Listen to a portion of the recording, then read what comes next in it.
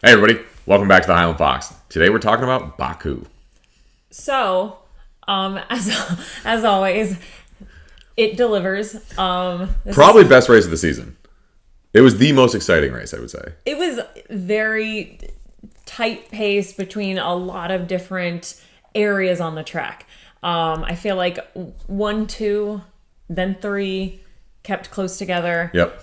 It was a Piastri Leclerc 1-2 switcheroo the entire race. The ending was a little crazy for me. I'm still trying to process because it just finished. We'll get to the ending. But I don't. This race just always delivers. Yeah. I think it's like the best street track because there's so many opportunities I think to pass, and it's technical, and there's areas of speed. Baku, you're just a beauty always. So, as you said, Piastri got his second win of the season. This one well deserved. Leclerc, killer pole. Typical with Leclerc, right? Gets a killer pole, doesn't win the race. Had the pace in the mediums and then had a 6-second gap and then lost it on the hards in a pit stop. But his pit stop wasn't too bad. But then he battled Piastri for 30 laps until he finally started falling away at the end. So well-deserved race by Piastri. Yeah, he fully deserved. Yeah, Piastri just managed those tires and kept that gap perfectly. Piastri had a beautiful race. I think he well deserved this win. Yeah, so that led into Leclerc being second. And then Perez was behind Leclerc basically the whole race for third, which was an amazing showing for Perez. Yeah. Near the end of the race, though, Sainz started to catch up. There was some scuffling between Leclerc, Sainz, and Perez. And as a lot of the time, this may be an unfair comment with Perez, but ends up in the wall.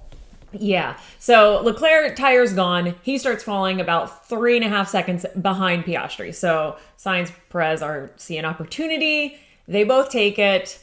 Carlos is in front of Perez, and I think it was Perez who touched. Sainz started to drift a little bit, but Perez didn't move. He just stayed straight.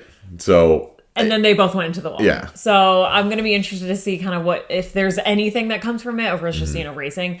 Yeah. But the race literally ended it like 5 minutes ago. We're doing this video a little bit quicker because we had other things we have to get done.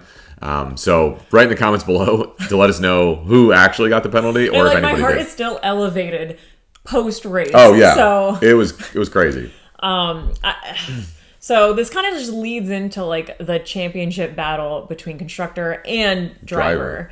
This would have been a fantastic finish for Perez. This could have helped Red Bull because Max didn't look that great. He looked a little squirrely, I think, through the entire race. Finished fifth. So yeah, like not awful, but he just didn't look like Max. This could have been amazing for Perez because this entire season we've talked about, does he deserve this seat? He's caused a lot of crashes. Red Bull can't really bring upgrades because of how much money and damages which he just did again. Done to cars. So this, I think, put McLaren. McLaren is ahead for the first time in the constructor championship since 2014. This also killed Ferrari because Ferrari was on pace to catch both McLaren and Red Bull for the championship. Would have been their first since 2008. But with Sainz getting out and Leclerc getting past, McLaren extended their lead. And McLaren looks good. Yeah, I don't see many tracks they'll struggle on. Yeah, they because I feel like Ferrari usually does pretty good in Baku. Yeah. And there's a few other tracks. Ferrari will be strong in Singapore and Vegas, but I think that's. But they usually struggle in Brazil and Coda in Texas. I think they usually struggle as well. So I think McLaren has it, at least for constructor. Right. Norris, on the other hand, qualified P17, which is not what you need to do when McLaren just said, hey, team orders are enforced. Norris, you're our number one driver, which they should have done 5 races ago. But they finally said it. And then Norris ended up having to play the team game to hold up Perez so that Piastri wouldn't lose his spot so he could overtake Leclerc. So Norris ended up hurting his race a little bit. Ends up 4th with the fastest lap. Not terrible, but when Max gets 5th and he's 60 points ahead, it's not enough points. No, but it goes to show that like McLaren has a car. They have a fast car. Right. So I think Norris, from where he started to what they asked of him in the race for where he finished, I think he had great race by Norris. It's just going to be interesting, though, with how the races are ticking down and he's not really closing that gap. Yeah. So we'll end up We'll having see. We'll see. Other big wins today.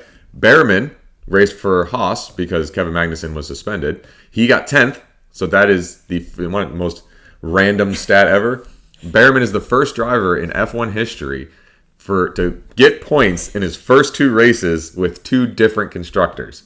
Wow. I want to know how many drivers have just done that. Like their first 2 races with 2 different constructors. But whatever. Behrman's got points. He's still leading. He's like in like 14th or something. Yeah, so he's still ahead of like drivers that've been on the grid for all season. Right. So it looks like a good choice from Haas though to promote him there next year. Yeah, he looked pretty good. Yeah, he did. Yeah, and then Colapinto. Colapinto. I love it. He got points too. Yeah, he got 8th or something. Yeah. It was like good points. Yeah, like Williams looked amazing today. Albon was keeping Norris behind him for a lot of the race on merit. Yeah. Albon was up there with like all the top 3 teams, just in between them, like a sandwich. Yeah, I was like, look at you, buddy. So yeah, great race by Williams. So overall, pretty good. Yeah, right? It was a great race all around. You know, from the constructor's standpoint, from the driver's standpoint, Baku always delivers, right? The joke that I think Tsunoda DNF'd again because somebody ran into him, but the joke that Tsunoda made last week when he was like, I love Monza, but Monza doesn't love me back. I'm starting to feel that way with Baku and Leclerc. Yeah. Because it's like... I know. I mean, this is his 4th pole. In a row. Keeps getting second. This is It's Leclerc, it's you at this point. Right, yeah. Other than that, though, again, great race. Definitely watch the highlights. Next one is always a fun one. Really hot night race in Singapore. So we'll see. Again, should be another great race. That's usually where Red Bull struggles. With their struggles this year. Maybe, again, it's a chance for Norris to take some more points off Verstappen, and we can see how the race finally goes down. Anything else?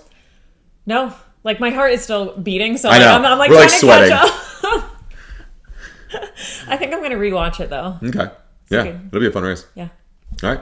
Well, see you guys next time for Singapore.